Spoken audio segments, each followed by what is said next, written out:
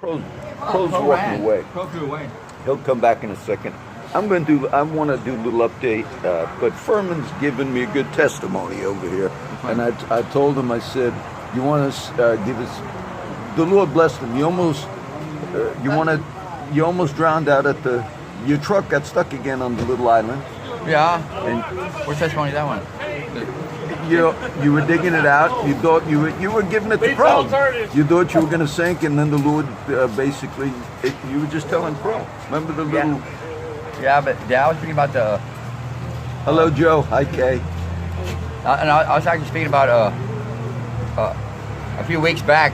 I was struggling real bad, and you remember when I was walking on foot, and my truck was broke down. Yeah. That's when I felt like the Lord was trying to sink me. Right? I said, he's our anchor, and I felt like I had the anchor around my neck, and he was trying to drown me, and I was trying to cut the anchor off, which was Christ.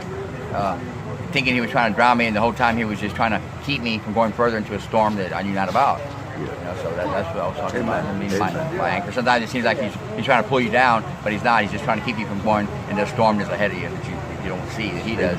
And I also got my truck stuck. Yeah, I always do that. The Lord blessed you with a good job. You got.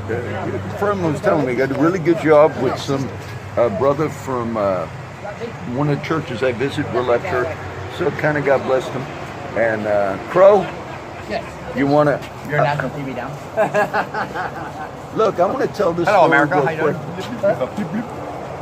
I have, the car I have, my old junky car. Oh. Well, my daughter had broke the tail light on it like 2 months ago. Whoa. And then my rear view mirror broke off. But because that car is so old, I knew it would never pass inspection, so I wasn't worried about it because Texas was supposed to get rid of car inspections like this month. So I just thought I'll wait on, and won't have to get the inspection. Well, the tail light looked so crappy, I just went to pull it a junkyard. You need inspection. 2 weeks. I'll finish the story and you'll see what happened. I went to the junkyard and got a new lens from Pull It. And I put it on the car just because it looked bad, but not for the inspection because I won't pass inspection. But then I fixed the mirror, which wasn't a big thing. And then I have to get my tags. I got to get my license for the car. Every year you got to renew. Sure enough, I found out I thought Texas was going to get rid of inspections this year because I've been following it. Well, they didn't. And the car has to get inspected. I thought I'm never going to get inspected. The reason was 2 years ago, my left blinker and my right blinker went out. I know how to fix cars. Normally, when you hit the left blinker and it blinks real fast, there's something called a flasher. It's like a fuse. It wasn't that. The next thing you got to change what's called the multi-purpose switch, which means you got to take the steering column apart and change your whole blinker and all. I would never do that. So I thought, I'll never do it. This car will never pass. But sure enough, I fixed the lens just because it looked crappy.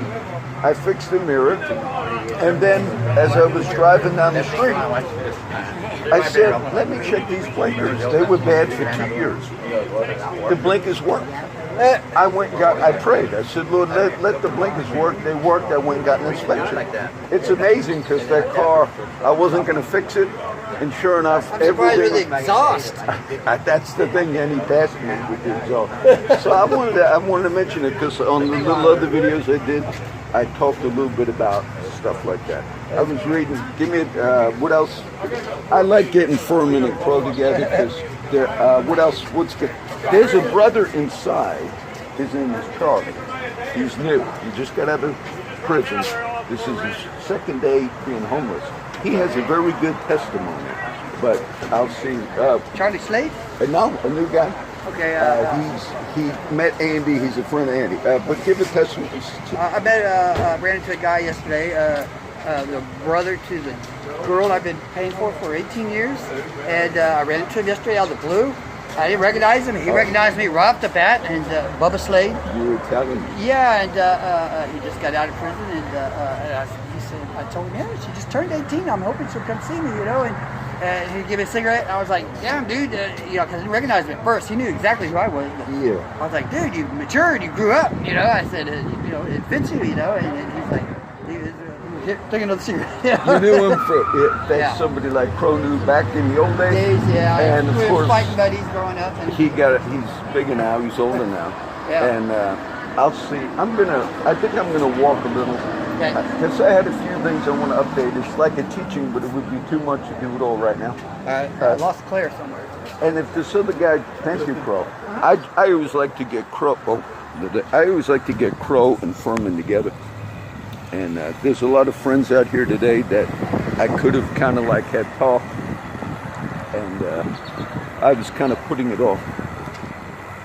The last few nights I've been reading different chapters, and when I read the Bible at night and the different chapters I don't coordinate them with, you know, a particular. I go through right now. I'm in Jeremiah, so I'll flip to the next chapter of Jeremiah, going through the whole Old Testament, and then I happen to be in the Gospel of John as well as Colossians in the New Testament, and I'm just going through chapter by chapter slowly. Well, I read John's Gospel. I forget the chapter it was, and it was interesting because it might be John chapter 7. Here's Claire and George. Say hi. I'm doing a little teaching. I had Crow I had Crow and Furman talk because Crow and Furman, I like getting them together. So yes. They were just talking. Awesome to have them together. Yes, I'm going to do a little teaching. This is George, my friend George. God bless. I'll be back in a minute. All right. But in John's Gospel, that night, this was a few nights ago, I just read about 6 verses. Now, normally John's Gospel, the chapters are long, but it just caught my attention because it was one of the occasions where the Jewish religious leaders would challenge Jesus about healing on the Sabbath. And we read instances of that a lot in the Gospels.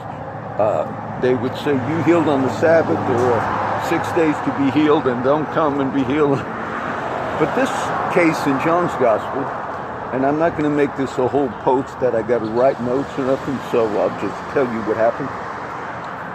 They're accusing Jesus of the healing of the man that happened like a chapter so earlier. And Jesus this time, instead of saying, sometimes he'll refute the Pharisees by saying, if you had an animal that fell in a hole on the Sabbath day, would you not take that animal out of the hole? And therefore, if I loose somebody from sin or affliction, or I heal them, if I do it on the Sabbath day, it's the same thing that you allow, and you even allow it for animals. Meaning, I free a man on the Sabbath, I heal a man on the Sabbath, but yet you accuse me, and you do the same thing with your own animals. It's junk. I'll walk back here because of the wind. But in this case, in John's Gospel, he actually uses the example of circumcision. And that's why I had to walk away, and I would have mentioned that with Crow, but it would be hard for me to kind of teach the part that I wanted to get to. In this occasion, in John's Gospel, he says, you circumcise a man on the Sabbath day, hey John, that the law of the Sabbath or the law of Moses will not be broken. And then he says, Moses gave you that law of circumcision. He says, but it came from the fathers. Okay, going all the way back to Abraham, we find circumcision. But before Abraham, you had the law of God, which included, remember the Sabbath. We have that now. The law, we know, comes later from Moses, but the Sabbath is right in the creation account of Genesis, okay? Right in the beginning of creation, and the Lord rested the seventh day from all his works. So Sabbath goes right to the beginning chapters of Genesis. Of course, later on we have the giving of the law of Moses, which is also included, remember the Sabbath day to keep it holy. So now in these interactions, in the Gospels, they're always juxtaposing Moses. Moses said this, what do you say? And so when you read Jesus' teachings, he's telling them he's the Lord of the Sabbath. And in this one instance in John's Gospel, he said, you actually, to fulfill the law of Moses, you will circumcise a man on the Sabbath. And if I heal a man on the Sabbath, you have an accusation against me. Now, when I read it the other night, just devotionally, the first thing that came to my mind is in the New Testament, in the letters, Paul will say, we are the circumcised of the heart. Not in the flesh, but we are the circumcision of Christ in the heart. So right away I thought of the new birth and the circumcised heart, okay? Meaning we know the Lord now. It's not the old covenant. And then when I went to Jeremiah, it might have been chapter 30 or 31, but it happened to be the portion I read like half the chapter 2 nights before. And the next verse I read in my nightly reading was, behold, the days come will I make a new covenant with the house of Israel, not according to the former covenant that I made with them when I took them out of Egypt, which was Moses and the law covenant. He says, but I'm going to make a new covenant in that day. I will put my law in their hearts. I will write my law in their minds, and everyone will know me. Now that's a key Old Testament prophecy from Jeremiah about the circumcised heart, if you will, the new covenant. And so those both kind of came just through devotional reading, and Jesus himself was saying something even deeper. He said, if I heal a man on the Sabbath, the Sabbath day in the Old Testament, both in the creation account and in the law, was something that was God ordained, all right? And now I'm not debating on which day is church day, and there are whole Christian movements and different people that have good arguments on like what day is supposed to be. But it's not about a day, okay? The writer in Hebrews, which I've been teaching a lot recently,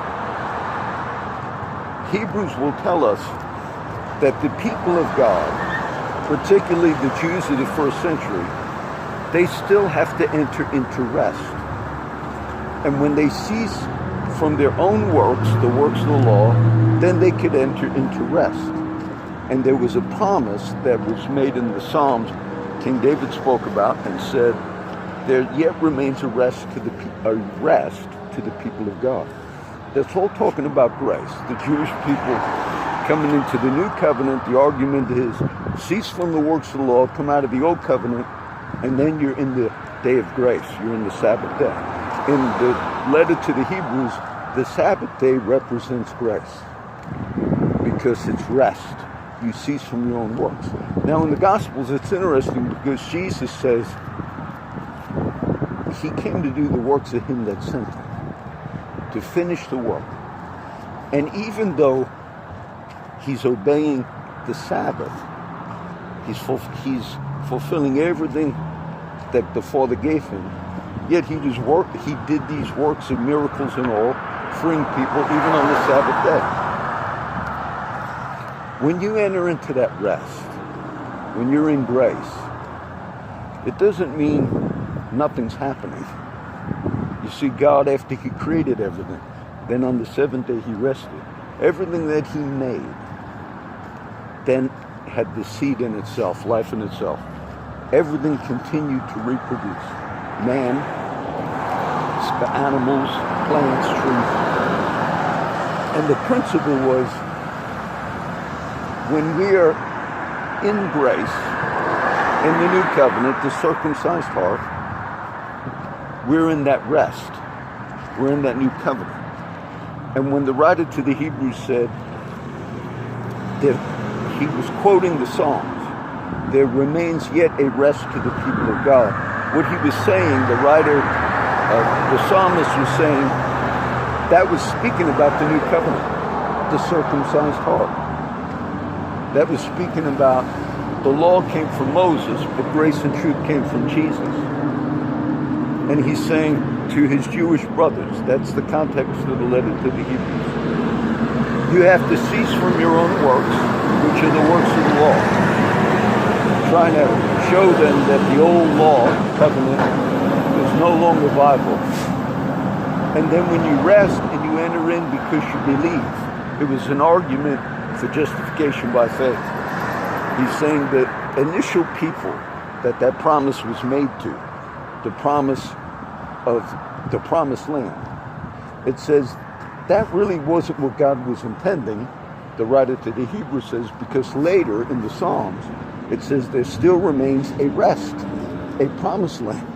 So if the psalmist wrote that many years later, after the conquest of the promised land, therefore the psalmist must have been prophesying about something else, which he was.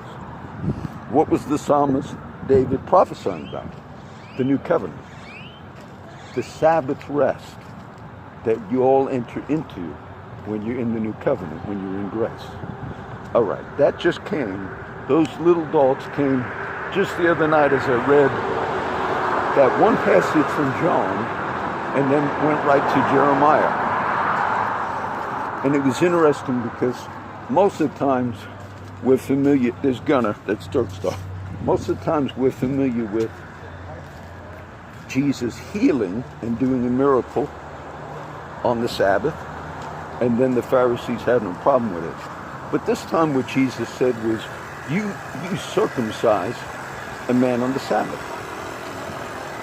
And in essence, he's saying, look, I'm offering this circumcision of the heart to everybody that enters into the Sabbath rest.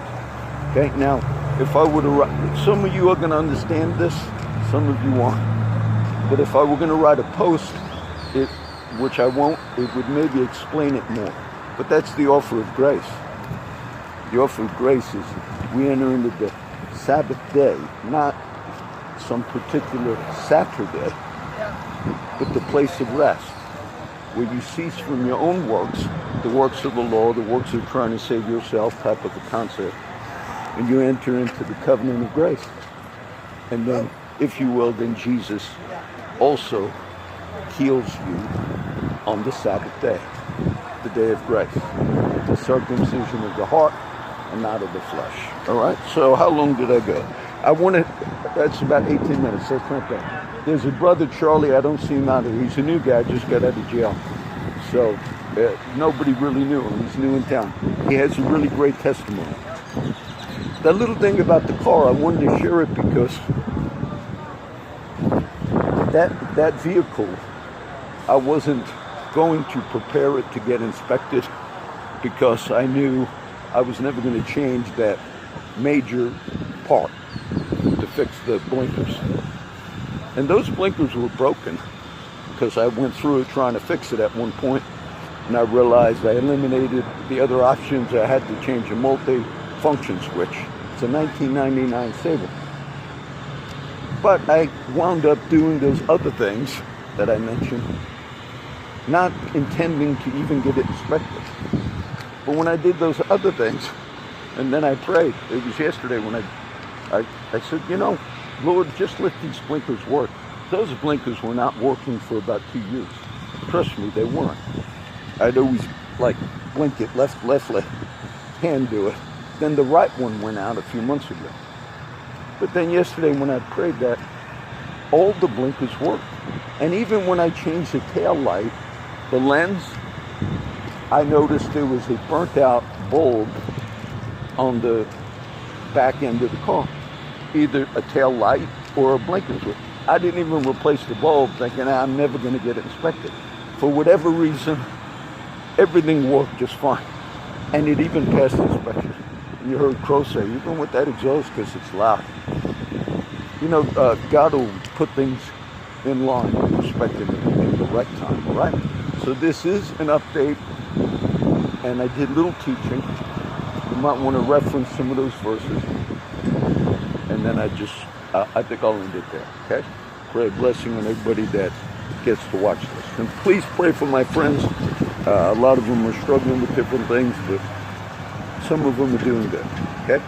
God bless everybody.